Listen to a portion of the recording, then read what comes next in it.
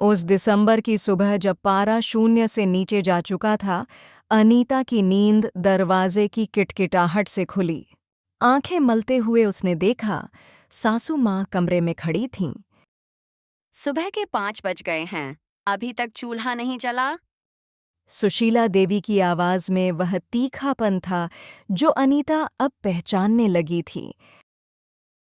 माँ, मेरा बुखार। अनीता ने कमजोर आवाज में कहना चाहा। बुखार तो सबको होता है। परिवार के लिए नाश्ता कौन बनाएगा? तुम्हारे पिताजी जल्दी ऑफिस जाएंगे। यह कहकर सुशीला देवी चली गईं, दरवाजा खुला छोड़कर, जिससे ठंडी हवा का झोंका कमरे में घुस आया। अनीता ने अपने आप को कंबल में और जोर से लपेटा। उसका शरीर गर्म था, सिर भारी लग रहा था।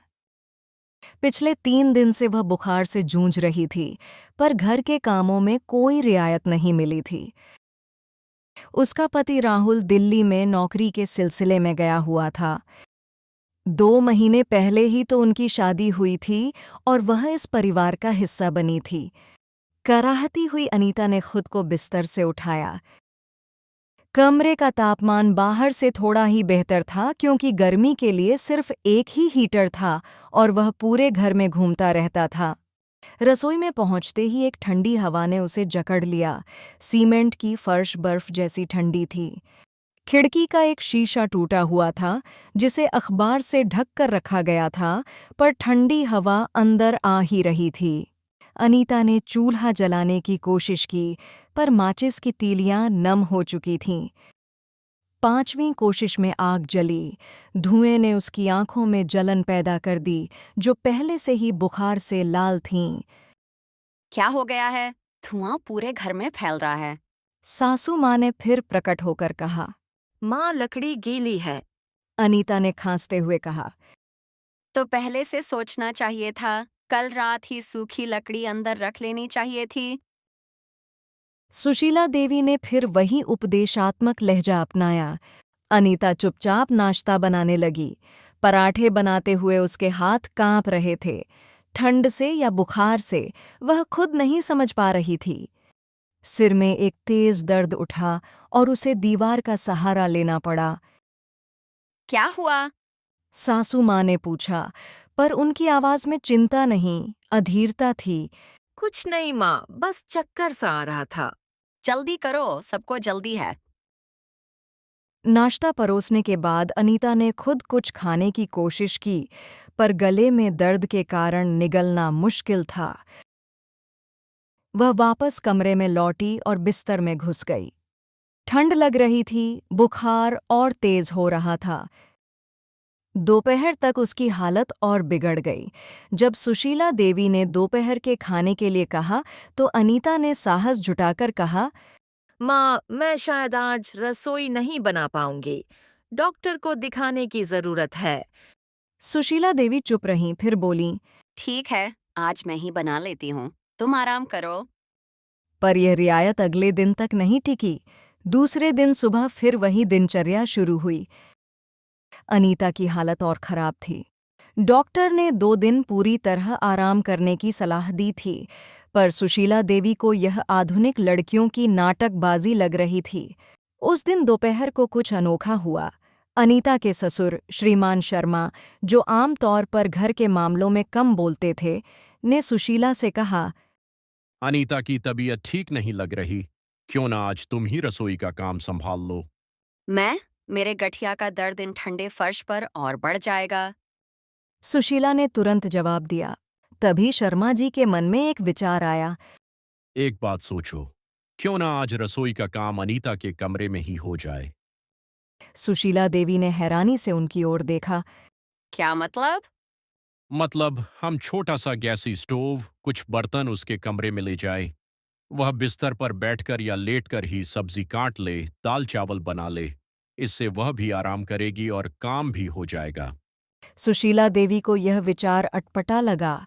बिस्तर पर रसोई? ये कैसी बात है? बेहतर है ना कि वह बिल्कुल काम न कर पाए। शर्मा जी ने तर्क दिया। अगली सुबह अनीता के कमरे में एक अनोखा नजारा था। उसके बिस्तर के पास एक छोटी मेज रखी गई थी, जिस पर एक गैस स्टोव और कुछ जरूरी बर्तन थे। सब्जियां और दाल चावल एक ट्रे में सजाए गए थे। जब अनीता ने यह सब देखा तो उसकी आंखों में आंसू आ गए। ससुर जी की इस सूझबूझ ने उसे भावुक कर दिया। बेटा, तुम्हारी तबीयत ठीक नहीं है और रसोई की ठंड तुम सह नहीं पाओगी। शर्मा जी ने कहा। आज से कुछ दिन तुम यहीं से काम कर लो। पर सुशीला देवी का रवैया अभी भी वही था। सीख लो, जिंदगी में कभी कभी ऐसे ही समझौते करने पड़ते हैं। हमारे जमाने में तो बुखार में भी पूरा काम करना पड़ता था। अनीता ने कृतज्ञता से सिर हिलाया। वह समझ गई थी कि यह छोटी सी रियायत भी इस घर में बड़ी बात थी। पहले दिन सब कुछ अटपटा रहा। बिस्तर पर बैठकर सब्जी काटना मुश्किल था। गैस स्टोव की लॉ को समझना पड़ रहा था, पर धीरे धीरे उसे इस नई व्यवस्था की आदत पड़ने लगी। तीसरे दिन कुछ असाधारण हुआ। दोपहर में सुशीला देवी अनीता के कमरे में आईं और बिना कुछ कहे सब्जी काटने बैठ गईं। माँ, आप? अनीता ने हैरानी से कहा। तुम्हारे हाथ कांप रहे हैं, सब्जी ठीक से नहीं कट पाएगी। सुशीला ने संक्षिप्त सा जवाब दिया। पर अनीता ने देखा कि आज सासू माँ की आवाज में पहले जैसी तीखापन नहीं था। वह चुपचाप सब्जी काटने लगीं। कुछ देर बाद उन्होंने पूछा, दवा ली तुमने? हाँ माँ। खाना खाया? अभी नहीं। सुशीला देवी उठीं और कुछ देर बाद एक प्लेट में खिचड़ी लेकर आईं। यह लो, आराम से खा लो, हल्का है, पच जाएगा। अनीता को विश्वास नहीं हो रहा था।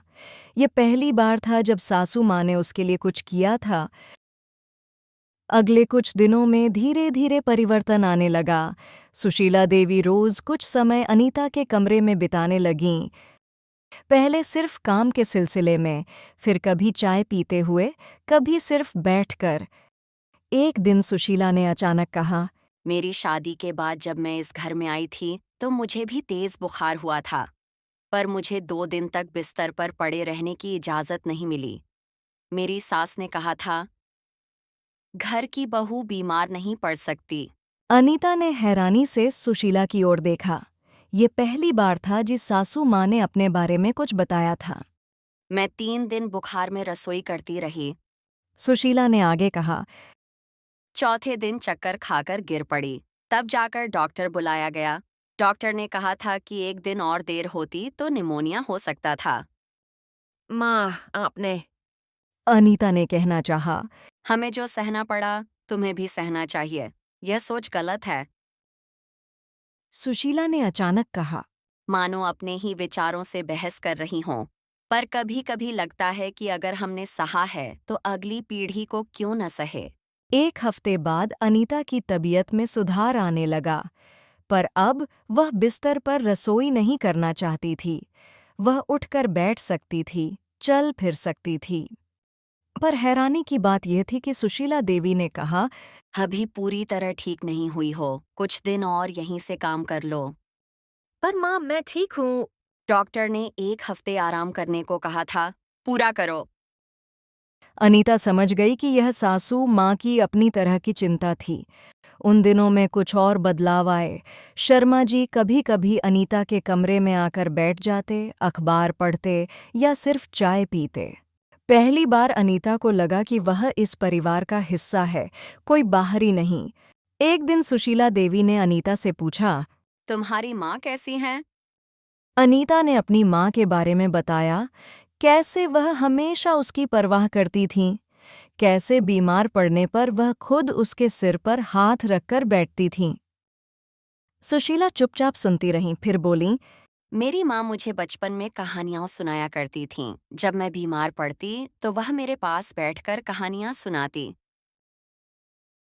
अगले दिन सुशीला देवी अनीता के पास एक किताब लेकर आईं। मेरे बेटे, मतलब राहुल की यह पसंदीदा कहावत थी, पढ़कर देखो, अच्छी है। 10 दिन बाद राहुल वापस आया। जब उसने अनीता के कमरे में रसोई का सामान देखा तो हैरान रह गया। यह सब क्या है? उसने पूछा। शर्मा जी ने पूरी बात समझाई। राहुल का चेहरा क्रोध से लाल हो गया। माँ, आपने अनीता को बीमारी में भी रसोई करने के लिए मजबूर किया। राहुल, ऐसा मत कहो। अनीता ने हस्तक्षेप किया। सासू माँ और पिताजी ने मेरी बहुत मदद की है। पर राहुल को गुस्सा था।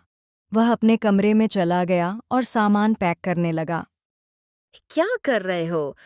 अनीता ने पूछा। मैं तुम्हें यहाँ से ले जा रहा हूँ। मैंने सोचा था कि मेरे न होने पर मेरे माता पिता तुम्हारा ख्याल रखेंगे, पर उन्होंने तो तुम्हें बीमारी में भी काम करने के लिए मजबूर किया। तभी सुशीला देवी कमरे में आईं। उनकी आंखें नम थीं। राहुल, तुम्हारी बीवी ने सच कहा।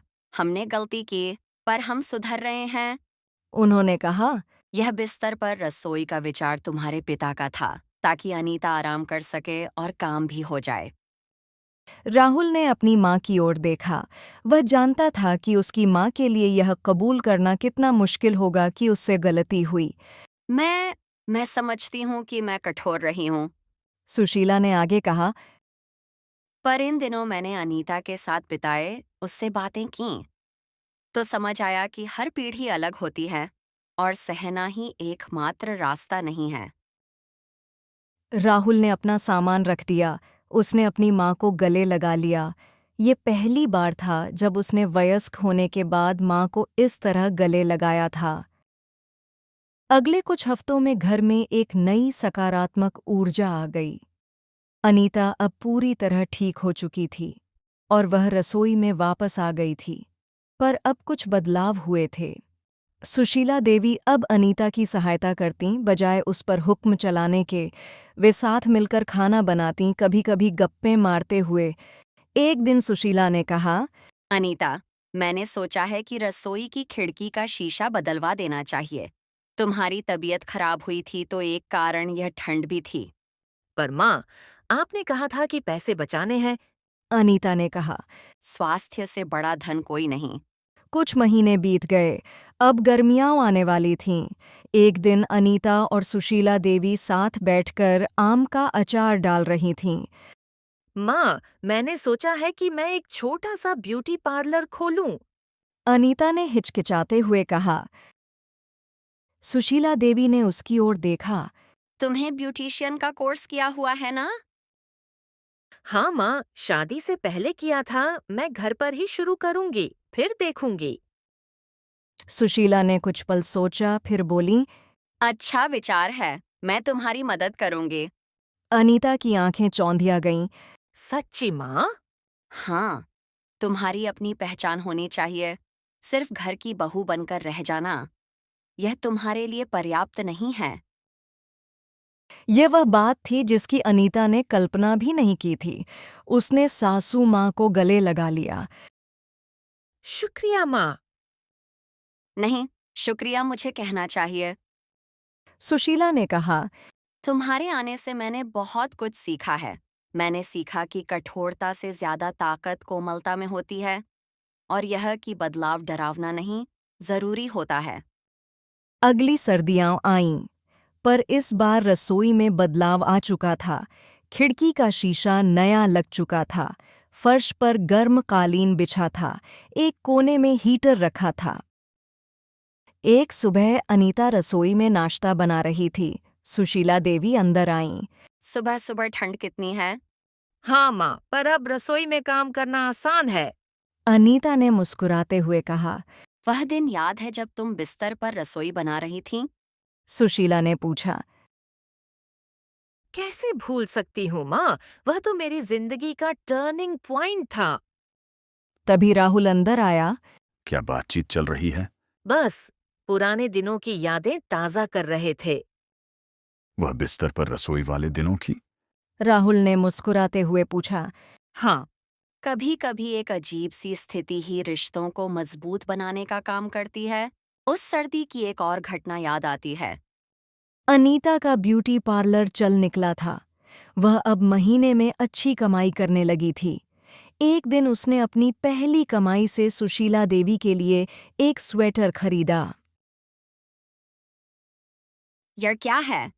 सुशीला ने पूछा जब अनीता ने उन्हें गिफ्ट दिया। मेरी पहली कमाई से आपके लिए माँ। सुशीला की आंखें भर आईं।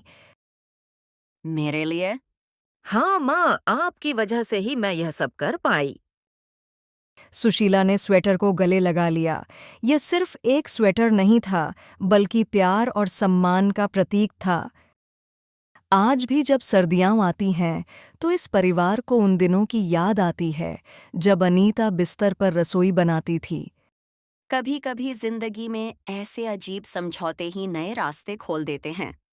बिस्तर पर रसोई का विचार शायद एक आपातकालीन उपाय था, पर उसने हमारे परिवार को नए सिरे से जोड़ दिया। और यही तो जिंदगी का सबसे बड़ा सबक है। कभी कभी असाधारण परिस्थितियों में ही सबसे सुंदर रिश्ते बनते हैं। सर्दियाँ आती जाती रहेंगी, पर इस घर में अब वह ठंड कभी नहीं आएगी जो दिलों के बीच दूरियां बनाए। क्योंकि अब यहाँ एक ऐसी गर्मी है जो न सिर्फ शरीर बल्कि आत्मा को भी सेंकती है, और ये गर्मी बनी रहेगी हर